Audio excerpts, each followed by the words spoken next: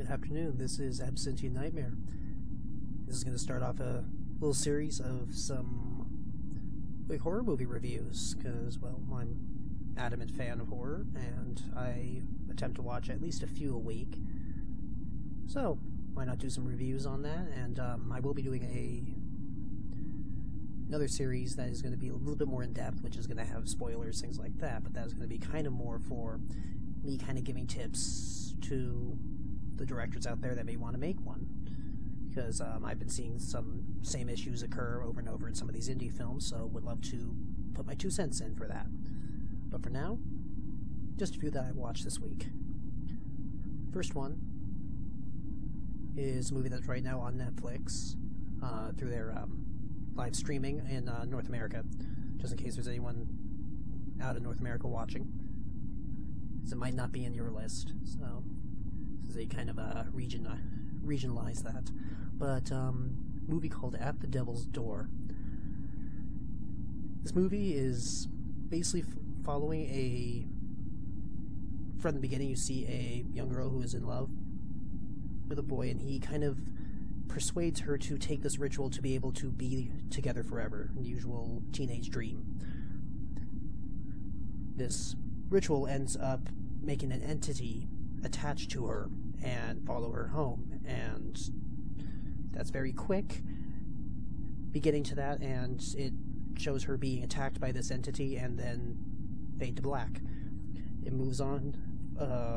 It doesn't definitely tell the time, but it's obviously a few years or so later when her house is now being sold on the market, and the realtor is coming in to observe the house, do some inspections, and she ends up seeing this girl that has been missing for all this time appearing around the house, and also some strange char marks around the door, things like that. So it seems this entity is still there, and seeming to have a thing for this realtor's sister, which is an artist that lives on her own, and for some reason this entity seems to latch onto her instead of the realtor. Now, this is written and directed by a director called Nicholas McCarthy, and it stars Catalina Sandrina Moreno as Lay. That's the realtor that enters the home. Naya Riviera as Vera, which is her sister. And Mark Steger as what's called the Thin Man. You kind of see him here and there. For the review section of this, it could have been done better. The initial sections of it had some good kind of build-up scenes. This movie does very well with the building of suspense before, sadly, the jump scares. In the initial 30 minutes or so, there was some really good scenes where there was usually something behind the character, something to bring a foreboding or a creepiness to it without actually leading to a jump scare, which was nice, because that kind of brought you in a bit more. But then after that, sadly, it just degenerated into nothing but jump scares, and it telegraphed them horribly. Like, you knew the music would always settle down, and the character would so slowly lean in toward whatever object they're looking at. You just know, jump scare coming. That's all. And that is all it becomes. It doesn't become scary for the sake of the subject matter. It just becomes scary for the fact that, oh no, it's going to be a jump scare. The characters for the sisters were sort of flat. It's like you kind of hear that they have a little bit of a fight about, like, them having perfect family and children and all this other stuff that seems to be only there to really give you a sort of oh no moment when something goes really wrong toward the end. So that's the only reason it's really there, because otherwise that was really not needed. And the movie could have been focused a little bit better, because it kind of played with 3 different storylines. It had the girl at the beginning that disappeared. You had these 2 sisters, and then they also kind of mingled in the story of the current owners that were not the original owners that the girl was the daughter of from the opening. So it was a little bit convoluted, because it kept on mixing in flashbacks to her life with the sisters. So it didn't really work out. It had some pretty good special effects with the creature, and they did not blatantly show it. It was always in shadow, or was just a quick shot, so that it made it pretty eerie, and it kept the mystery up without it just being blatant on this thing where they had to show it full on in full light. It did a good job at that. But otherwise, this movie really, if you like jump scares, go for it, but it really didn't bring that much really nice to the table for this. It's a nice kind of a demon possession, devil attempting to enter this world type movie.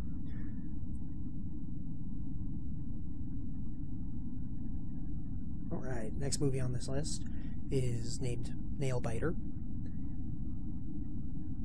by director Patrick Ray, and written by him as well, along with Kendall Sin. It stars Erin McGrain as Janet McGuire, and she is the mother of 3 daughters, played by Meg Sarix, Emily Barsow, and Sally Spurgeon.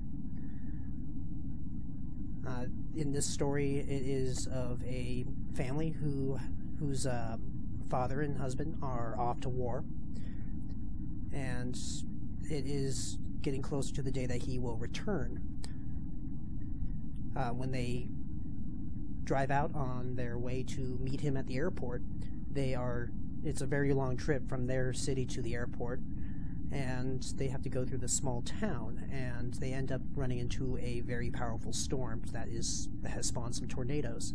So when the tornado gets way too close for comfort, they have to stop by the side of the road, and they run to a nearby house. When they knock, no one comes to the door, so to save themselves from the tornado, they break into the cellar there to at least be able to lock themselves down there and be protected. Now, once they're down there, they find out that there is something wrong with the area, that after the storm passes, someone locks them down there, and there is some sort of creature that is circling the house. The story from there on is them to attempt to escape and find out what is going on with this town, essentially. The movie itself has a good idea behind it, but they did not follow through on it, and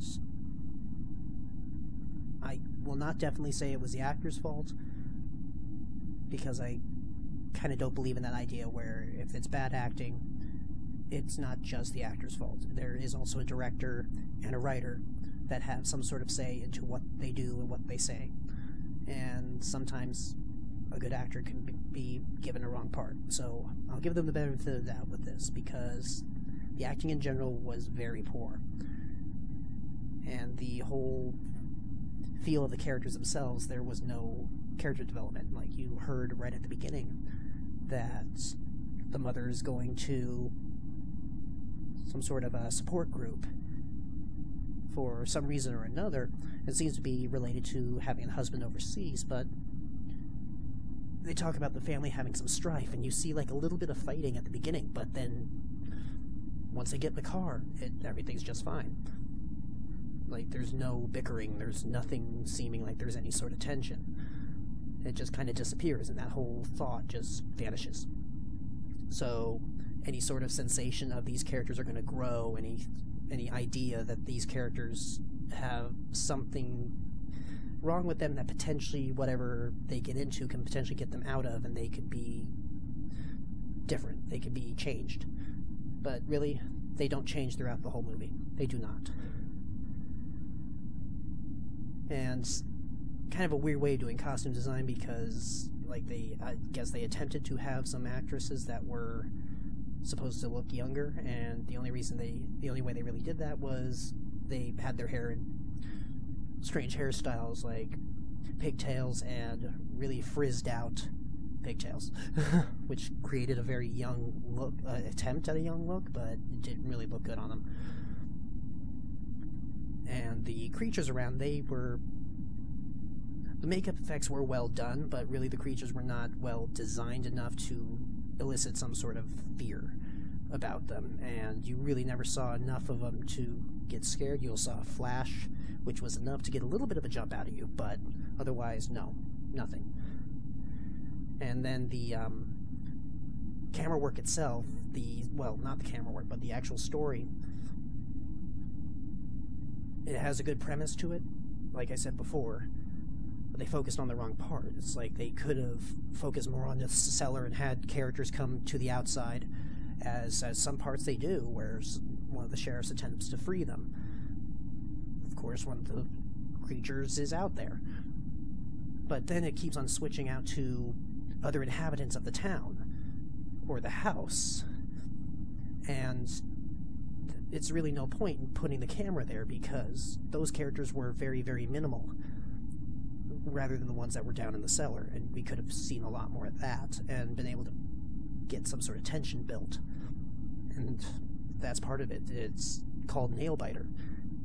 Obviously they wanted some sort of tension, make it feel like a thriller, but really the only tension they brought in was they drew out a scene of the storm passing through or things moving around them, but they drew it out to the point of it just got boring.